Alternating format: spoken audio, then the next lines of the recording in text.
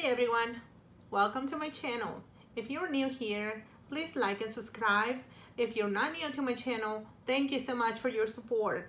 That will help me tremendously to grow my channel.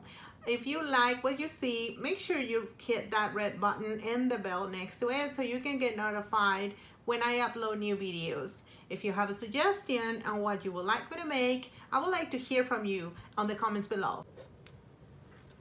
Okay guys, for this project we are going to need floral foam, harvest fruits, your tools, twine, your floral glue, hot glue gun, and any kind of flowers that you might want to get. It doesn't have to be this, but I happen to get these daisies. You're also gonna need some maple leaves, and I am using white berries and also red berries, as well as a pumpkin that I have left over from a different project. Now this item also calls for a base. I got this base on the clearance my cost, which it was original price, so it's $24, and it came up to be about $6 after the discount.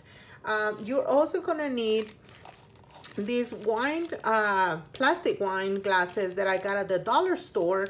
It comes with 6 of them, and I only have 2 with the base because I used the base of the other ones for a different project that I did.